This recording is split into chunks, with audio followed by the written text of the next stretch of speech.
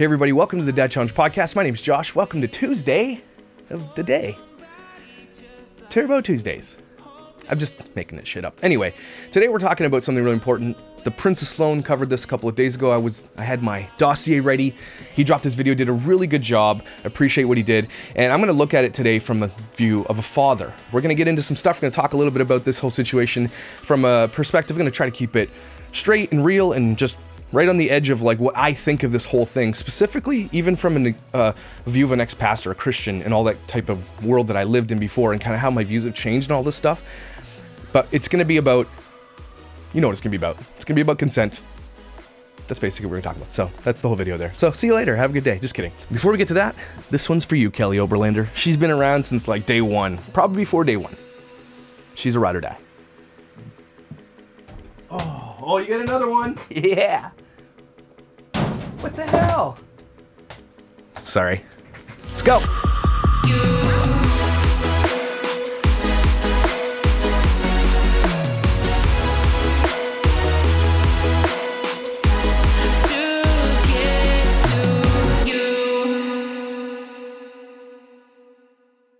All right, so as you do know, Sloan has covered this already. We're going to go through his Jonathan Joly's Instagram account. He's blocked me on my Dad Challenge. I don't know if that's a badge of honor for me or not.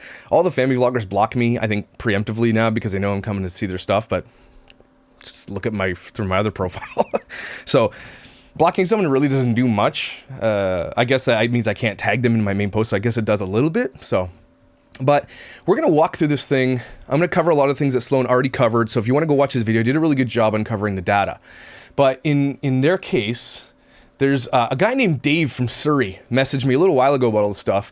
And he had a thought. He's been following them for a while. And he said, let me introduce myself as David. And he said, the shower, he has this theory that the Showergate thing that happened was on purpose, to bring views to their channel, because it's not that big of, I didn't think it was a big deal as much as a lot of people did think it was a big deal. I just thought it was a big deal. They lied about it, and that it was a scandal in itself otherwise.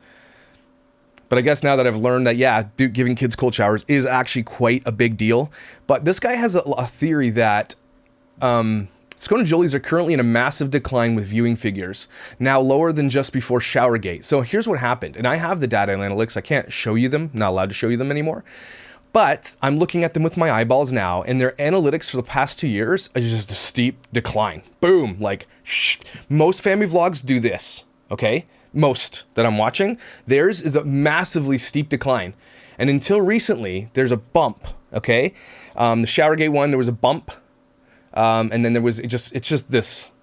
And for a family channel that's been around for 10 years, 1 million subscribers is not that much. Like if I had 1 million subscribers, I'd be dancing on the moon. But I'm just telling you, for a family vlog that is big on YouTube, been around for 10 years, that's not very big. So I think a lot has to do with, you know, their content and that they're pretty just bland, really just terrible.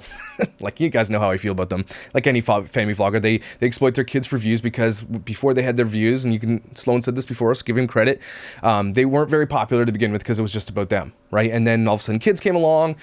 This whole thing with kids and money, it just cannot be denied. It cannot be denied, because as soon as somebody vlogs about a child, boom, explosion of views. What a massive, massive industry this has become. People are now like considering when they're getting pregnant that they're doing it to be starting a blog. And people are putting posts. There's a lot of pregnancy like stuff on Instagram. Like, I guess COVID is literally going to be a giant book. You know, we had the baby boomers. Now we're going to have the COVID boomers that are definitely going to be around for the next 100 years.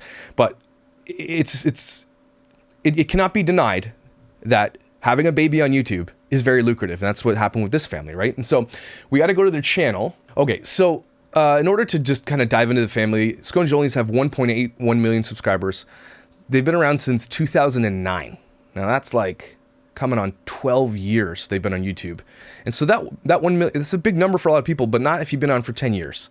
Like, if your content's good, you're good, right? If you dig into their videos a little bit here, you go to I always sort by most popular. I want to see what people are watching, and it's birth.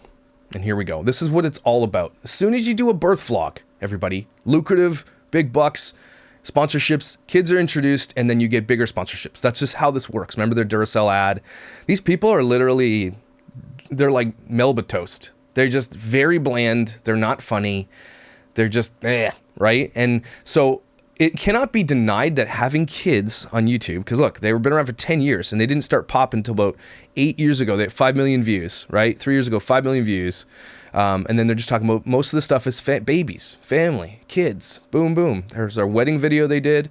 But I don't really know their story otherwise that they're just family vloggers and they just clickbait everything and give their kids cold showers, which is something that's come up on our radar once or twice. Sloan did cover it. I covered it.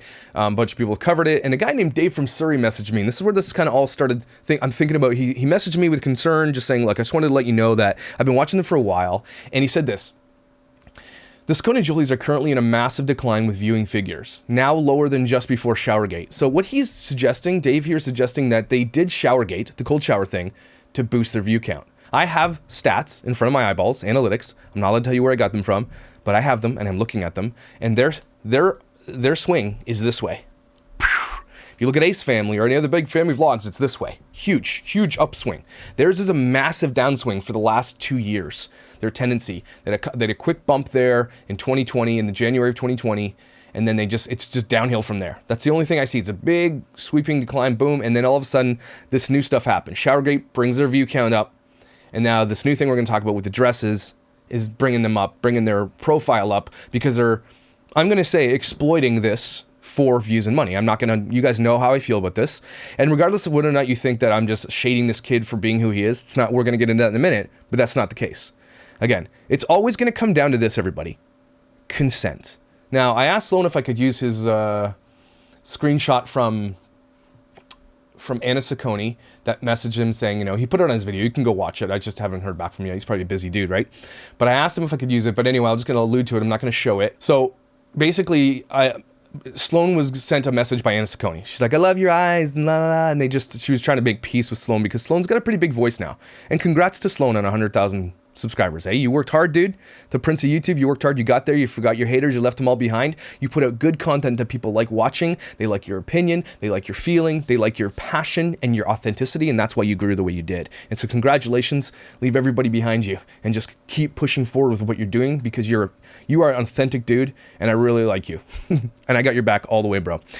And so anyway, just to say that Sloan covers this stuff really well. And so shout out to Sloan, his video's below. He definitely covered this with grace and from obviously a perspective of an LGBTQ person in that community, right? So I'm glad I listened to his perspective because I'm not in the LGBTQ community, but I am a father and I have an opinion on this because I'm a dad. So I'm not going to cover it from that perspective because I can't give you that perspective. And I don't want to like assume that I can. So mine is today is just going to be from the perspective of another father, right? And so Dave continues, sorry, I just wanted to show you those analytics. Dave continues to say, their figures are now lower than just before Showergate. So Showergate happened, a bump, and then boom, a big decline, right? Therefore, so they went up and they thought it would go up and then they just did a decline. So what's next for the Sacconejolys, right? We all know what's next. A lot of these people, you know, they're smart about the way they do. If you have a scandal on YouTube, it's actually good for you. No joke. People like, I found out Shannon Rose with another person, I'm sure was it Avocado or Mango, I don't know who it was.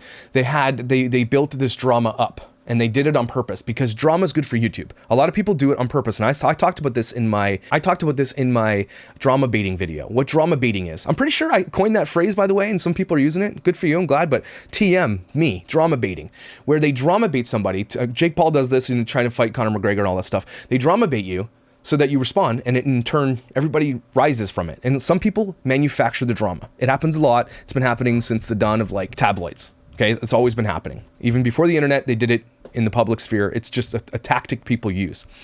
But so they understand that they need to grow and they need to do something, right? Because their shit's bland. Blander than like, again, it's like white toast with bad margarine. Okay, country crock. Don't shame me for country crock. Dave from Surrey says this, continues on, says, to boost their views, they are currently following a narrative, I believe, of their 6-year-old boy Eduardo wanting to wear girls' clothes. Personally, I do not believe it's the case, but rather a narrative to get views, as there's not been any videos made of Eduardo outside their house in girls' clothes, as this narrative is only YouTube, Instagram, and TikTok. And now he says this, and it has me thinking. And I was reading Sloan's comments, and someone said, it's funny that Jonathan Jolie said, okay, we got to go now, one of his videos, because he got to get changed for school.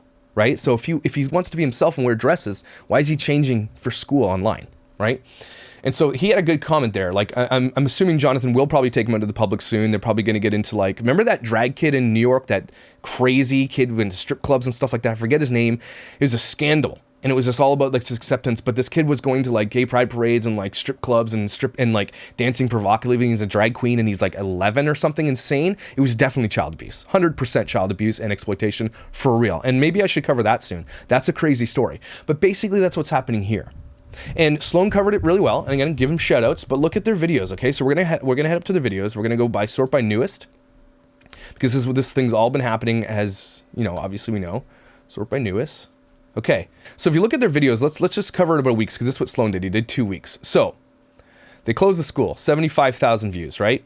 Close the school, no problem. 75,000. They average about 75,000 views, which is not very much for a 1 million subscriber channel, which has me thinking that maybe their subs are padded. Now, I have no proof of that. No one will ever have proof of that type of stuff. But 75,000 views on a 1 million sub channel is not a lot of views. No joke. Like, you should be in the hundreds, 150,000s, or 200,000s.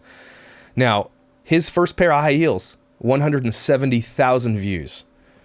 New baby shopping, 117,000 views.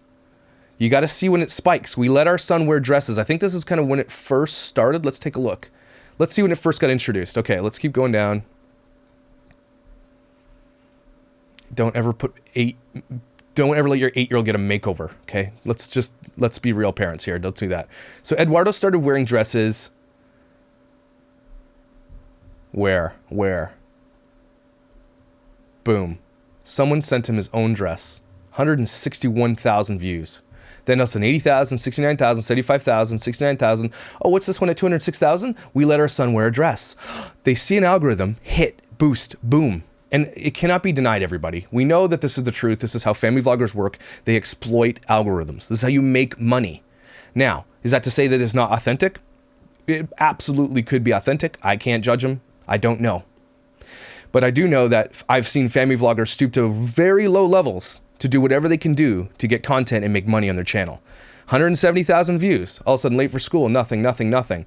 New baby shopping, I don't know if that has to do with Eduardo or anything, I don't know, but it has 117,000 views, which means babies are big money. Obviously, right? New baby shopping? What? You have a new baby?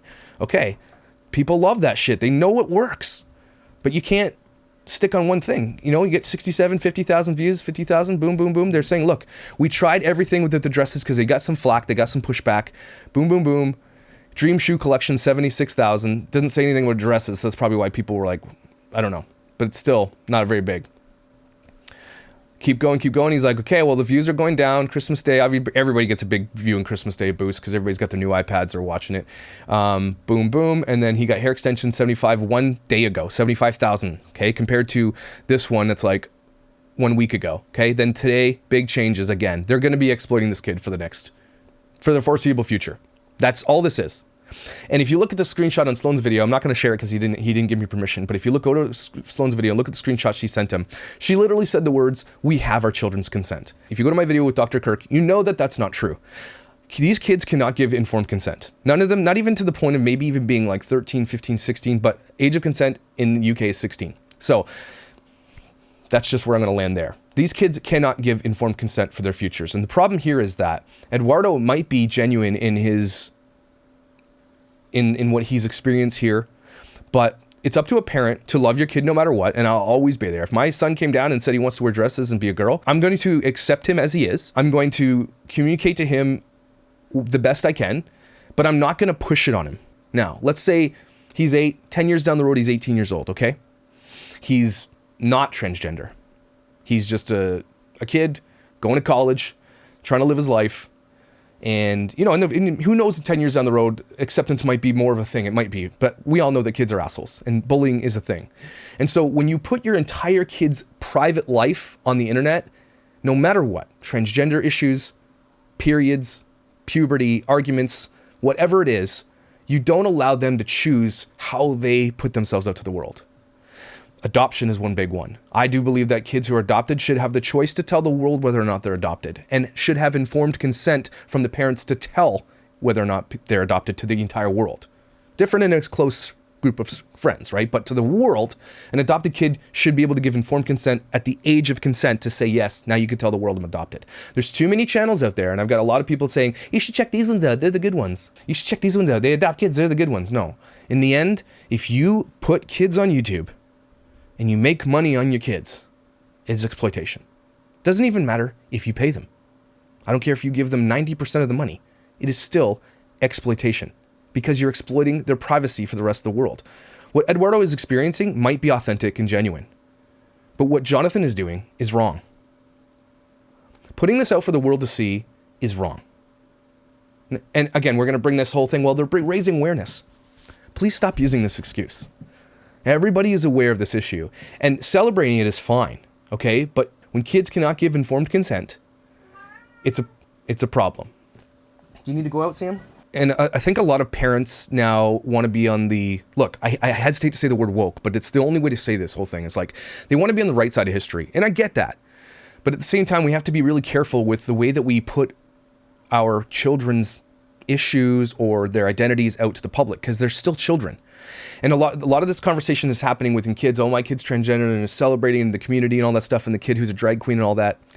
Don't do it. Even though you're the parent, yes, it's not your right to tell the world what this kid is and exploit it for views and money, because he's making big money on these views.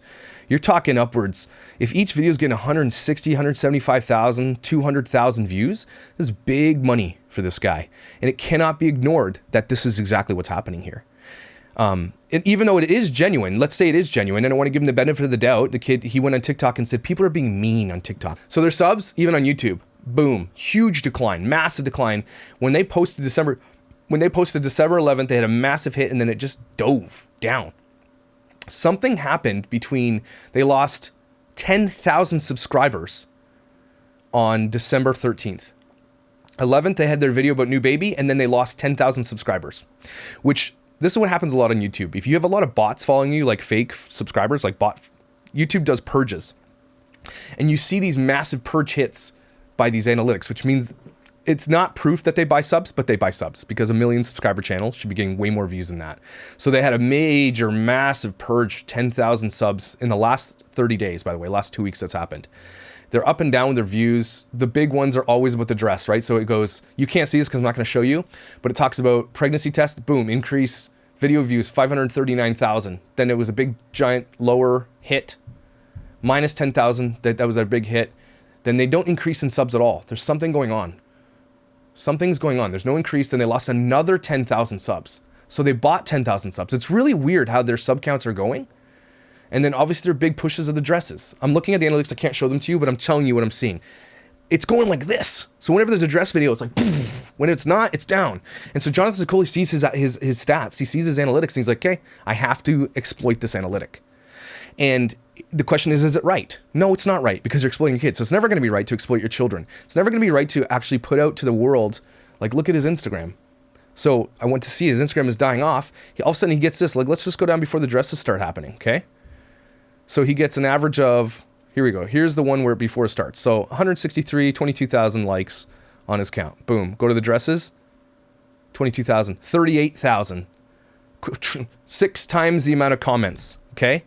Head up to here. His son's wearing a dress. 30,000 likes, 200 comments. His son's wearing a dress again. 62,000 likes, 1,600 comments. 22,000 likes. As soon as he puts his kid in a dress, a huge increase in analytics engagement. And then this big one that's in the newspapers now, 79,000, 1,100 comments. He is exploiting his kid. Now, whether or not that this kid is actually going through this and he just wants to wear dresses, nothing wrong with that. Like, let me be clear. If my son was going through this, I would definitely support him, let him wear whatever he wanted.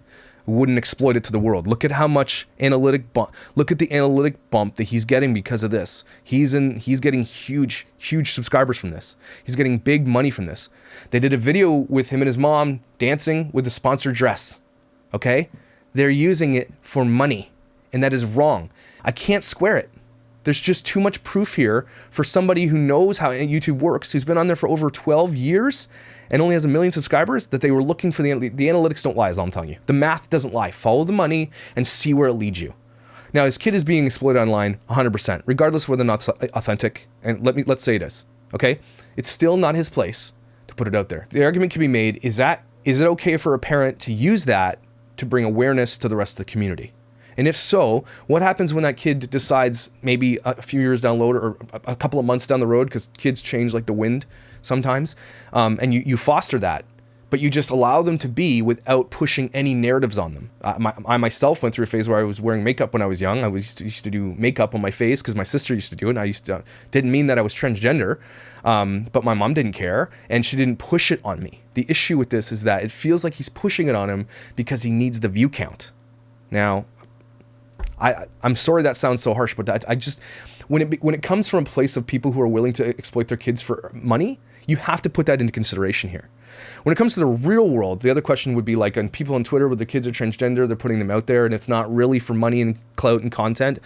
I can understand that for awareness for sure. As long as, I mean, it's still about consent, everybody. You can do that and you can celebrate who they are inside your home without the camera on. You absolutely can. And there's communities of people like this, transgender communities, that you can get into closed groups and you guys can support and celebrate one another until the kid can give informed consent to come out and do the thing that they want to tell the world, right?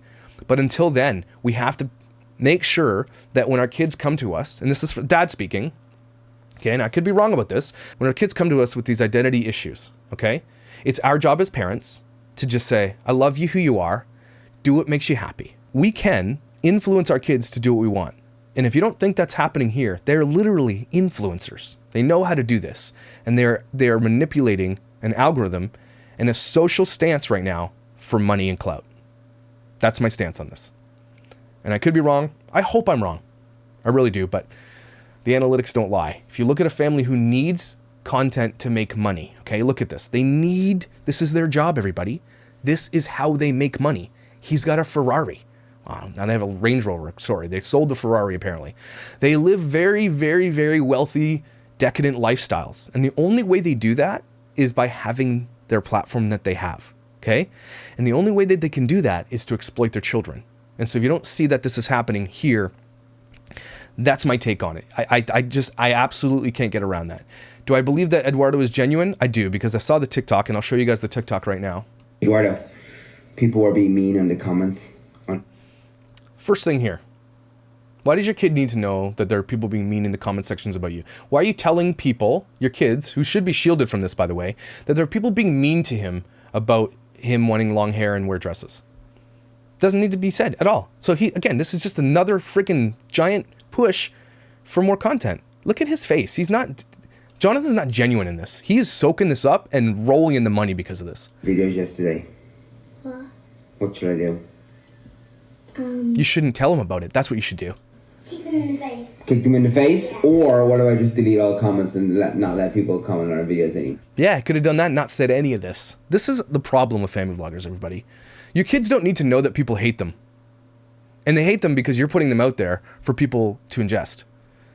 You're not shielding them from the world. Let them just have a childhood before people hate them for who they are without even knowing them.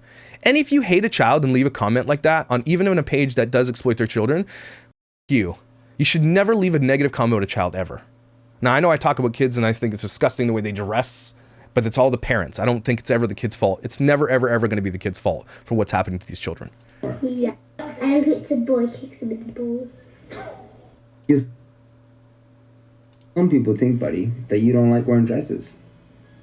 No, I do. And they think that you don't like this new hair. What, Emilia? So much projection, and he shouldn't be doing this. This is not cool. And he's like, and he's got it's the energy he's putting forward. He's like, some people think you don't like wearing dresses. Again, maybe he does. Absolutely, I think he probably does. A lot of kids go through that. My kid wears his sister's like Disney dresses they play all the time, and so it's loaded what he's saying there. If I ask my kid, do you like wearing dresses? He could be like, yeah, it's fun. Okay, cool. But you cannot deny the analytics. Haven't they seen everything? Every single video is him dressing up as girls. I know. I know. Some people. What did you say though when I said that? This looks like my house. At least they have at least their house is normal. What did you say? What did you? He said fuck them. That's what I thought. He just said the F word. This kid is 8 years old. Look, I swear, I know you swear. He's laughing. This kid just said F them. Now that's a whole different ball game here, but like look at the glee in this man's face. Something is up here, guys. My gut is saying, and I know it's because they exploit the kids. And their whole world, the way they make money is their kids. So let's be real. So I just want to show you that because they're using their kid for like, well, look who's saying bad things, and the kid literally said F you. I don't think, I swear, and I don't want my kids to swear until they're little. I think when they turn about 14, the teenage boy starts swearing. I'm like, you can say a couple words here and there, and I guess you kind of graduate into the real swear words if you want to. They kind of just like happens as I feel like they mature and they can say what they want. But man, that's not cool. But at the same time, yes, Eduardo is probably genuine in the phase he's going through right now, and it could be a long-term phase, it could be a short-term phase, but at the same time, it's a phase that you shouldn't exploit for money. I mean, at the end, that's what this whole video is about, because you don't have your kids' consent. You cannot have your kids' consent. You know, Anna messaged Sloan and said, yeah, we have our kids' consent. No, you don't. You cannot give informed consent. There's just no way you can do it. It doesn't happen because you can tell your kid, hey, do you know in the future, in 10 years down the road, these videos are going to be on the internet forever. Now, I want to let you know that kids can be bullies. Kids can be jerks. And, you know, the way the world works is that video is going to surface later on. Are you comfortable with the whole world knowing this phase that you're going through? And maybe he is, but he cannot understand it until he's older. And we won't see the ramifications of this non-consent culture until, again, these kids age out of this and sue the shite out of YouTube and their parents. You know what's going to happen. Kids are going to be like, seeing that when they start getting 15, 16, I can start seeing their wheels turn like, hey man, I'm making the money here. Like Gabrielle Weiss, I'm surprised she hasn't caught on to the fact that she's the one that makes them all the money. Eventually they're going to say, I'm not doing any more content and I want this contract. Some of them are going to seek lawyers. Some of them are going to say, no, I'm not in content unless they create agreements with their families, because these families are making huge dollars. And these kids live good lives, because it's not like the kids don't benefit from living these decadent lifestyles. Of course they get their pads and they get their tablets and they get food and they get all the things, you know, they get trips to Disney, and so they definitely benefit. But in the end, when these family stars fade, what are they going to be left with? They're going to be left with nothing, because they spent every penny they had on their decadent lifestyle, right? And the kids are going to be left with their entire privacy on the internet forever and ever and ever. That's the problem. So it's a nuanced topic, and it's something I'm covering from a perspective. So again, if I want to recap, love your kid no matter what. They come to you and say, want to wear dresses, cool beans. Wear dresses, be you, be comfortable in your skin, be who you think you're going to be, love yourself, because it doesn't hurt anybody else. But I'm not going to push that on you. I'm not going to say, hey, try this dress on, let's see how this works. And I can't say that's what they did here. Maybe one day he came out in a dress, because my son has done it a couple times, and they're just like, look at me, and then he took a picture, and then something happened. This engagement boost happens, and all of a sudden, ding, ding, ding. I'm giving you a choice to make. I'm not saying you have to agree with me. I'm just giving you the data and the analytics to show you what I'm seeing. And you guys have to make the choice whether or not you believe it, want to believe it, if it's genuine or not, or just want to leave it alone, don't want to talk about it and say, just let the kid be who's going to be. I get it. But my job here is to expose fake family vloggers, right? To expose the world of family vlogging and how bad it is, and consents and privacy and predators and all these things that are going to happen to these kids, to these families who are just not genuine. When you have to do Duracell commercials and dress commercials with your son, like I get you want to be progressive and forward and all this stuff, but at the same time, it's still your kids' privacy. You can be progressive and forward without exploiting your kids. You can do family vlogging, talking about being a parent and the hacks and all the stuff and all without your kids. You can do all of these things without your kids. You absolutely can. When it comes to a point when you no longer, when you're dipping and diving and nothing's really working, when you take your kids off the channel and it dips and dives, then you know the real reason people are coming. And that's wrong.